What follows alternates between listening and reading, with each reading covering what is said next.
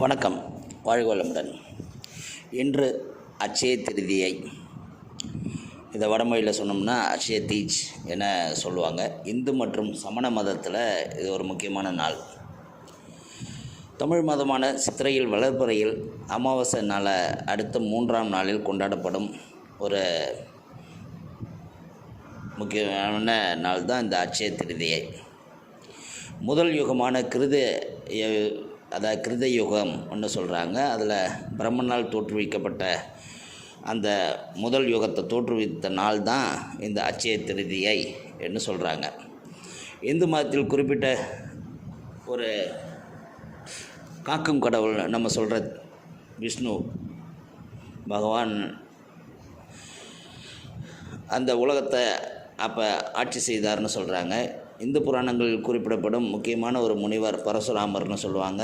அவரும் விஷ்ணுவின் திருமாலின் அவதாரம் 10 அவதாரங்களில் ஒரு பரசுராமர் அவதாரமாக இருந்தாருன்னு சொல்லுவாங்க. அப்படி இதிகாசப்படி பார்த்தாலும் அட்சய திருதியை நாளில் திரேதிய யுகம் தொடங்கியது. அந்த நாளில் பரசுராமர் பிறக்கிறார். அவரோட பிறந்த நாளும் இந்த அட்சய திருதியை என்று சொல்கிறாங்க. பகீரதன் தவம் செய்து நம்மளோட புண்ணியமான நதி, மிக புண்ணியம்னு சொல்கிற கங்கை நதியை சொர்க்கத்திலேருந்து கொண்டுட்டு வந்தது இந்த அட்சய திருதியை நாள்னு சொல்கிறாங்க.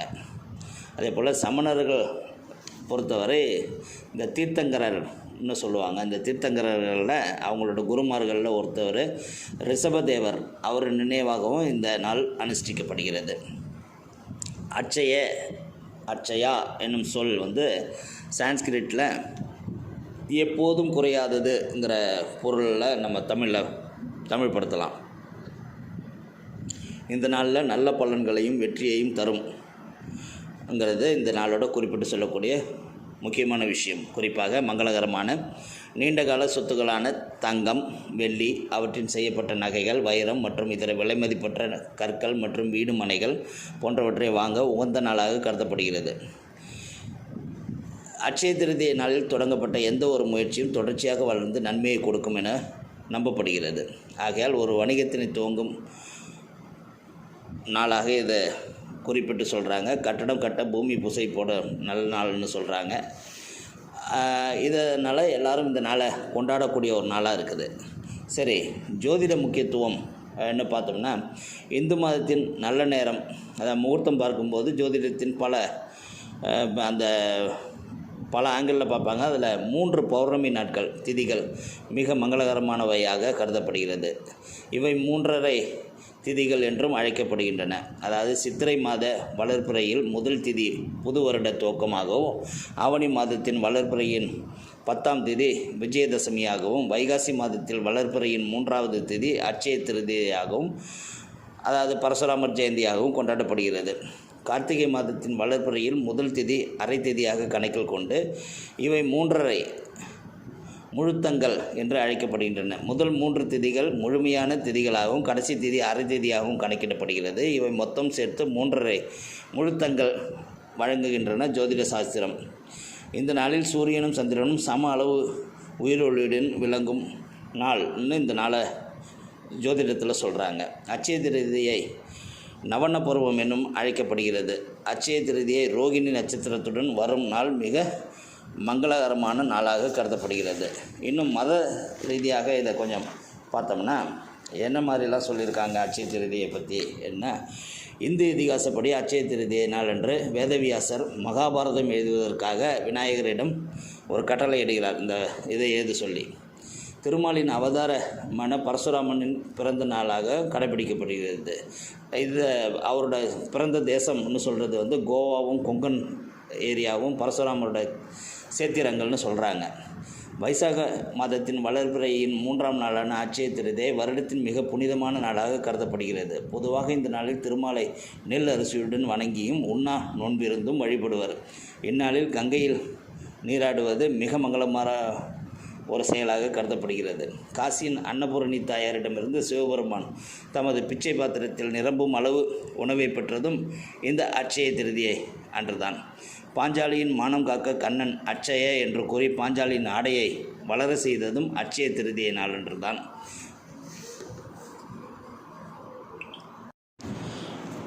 வேதத்தில் அட்சய திருதியை நாளில் அறிவு பெறுதல் அல்லது கொடையளித்தல் நல்ல பலனளிக்கும் என கூறுகின்றனர்.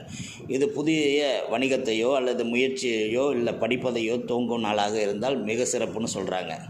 இந்த நாளில் தங்கம் வாங்குவது என்ன சொத்து வாங்குவதுன்னு இப்போ சொல்லிகிட்ருக்கிறாங்க. மக்கள் இந்த நாளில் உண்ணா நோன்பும் பூசைகளும் கடைபிடிக்க வேண்டும்.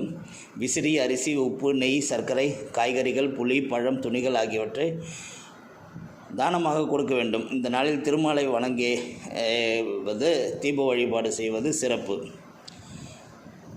வங்காளத்தில் அட்சய திருதியை நாளில் அல்கதா என்னும் விழா கொண்டாடப்படுகிறது. அது விநாயகர் மற்றும் லட்சுமியை வணங்கி புதிய வணிக கணக்கு புத்தகத்தை எழுதி தொடங்கும் நாளாக வங்காளிகள் இந்த நாளில் பல சமய சடங்குகளையும் செய்கின்றனர். இந்த நாட்களில் வட இந்தியாவில் இருக்கிற ஜாட் இனத்தவர் விவசாய சமூகம் மிக மங்களகரமான நாளாக விடியற்காலையிலேயே ஜாட் குடும்பத்தினர் ஒரு ஆண் நிலத்திற்கு மண்வெட்டியுடன் செல்வார். நிலத்திற்கு அவர் செல்லும் வழியில் எதிர்படும் விலங்குகளும் பறவைகளும் மழை மற்றும் பயிர்களுக்கு சில குறிப்புகள் கொடுக்கும் ஒரு செய்கையாக இருக்கும்னு இந்த நாளில் நம்புகிறாங்க. அட்சய திருதியை திருமணங்களுக்கு ஏற்ற காலமாகவும் கருதப்படுவதால் இந்நாளில் பெரும் எண்ணிக்கையில் வட இந்தியாவில் திருமணங்கள் நடக்கிறது. செல்வத்திற்கு அதிபதியான குபேரனே செல்வமிக்க கடவுள் என நம்பப்படுகிறார். இந்த நாளில் குபேரன் கூட விஷ்ணுவின் மனைவியும் செல்வத்திற்கு தெய்வமான லட்சுமியை வணங்குவார் என லட்சுமி தந்திரம் என்னும் நூல் கூறுகிறது. இந்த நாளில் குபேர லட்சுமி பூசை நடத்தப்படுகிறது. அதில் லட்சுமி உருவத்துடன் குபேரரின் அடையாளமாக சுதர்சன குபேர எந்திரமும் ஒன்றாக வைக்கப்பட்டு வணங்கப்படுகிறது என்ன இந்த அட்சய திருதியை பற்றி நிறைய சொல்கிறாங்க.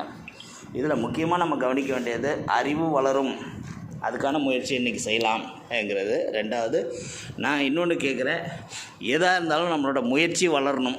இன்றைக்கி ஒரு முயற்சி செய்யுங்க, அது வளரும். அறிவை வளர்ப்பதற்கு முயற்சி செய்யுங்கள், அது கண்டிப்பாக வளரும். இந்த நகை கடைக்கு ஓடி போய் இன்றைக்கி புக்கிங் பண்ணுறது இல்லை வாங்கிட்டு வர்றதுங்கிறத கொஞ்சம் ரிவர்ஸ் பண்ணி பாருங்கள். போன வருஷம் எவ்வளோ பேர் அந்த நகை கடையில் நகை வாங்கினாங்க, இப்போ எவ்வளோ நகை வாங்கியிருக்கிறாங்க என்ன ஒரு கணக்கு போட்டு பார்த்தோம்னா நம்மளோட முயற்சி, மனித முயற்சி, தெய்வம் வழிகாட்டும், நாம் முயல வேண்டும்.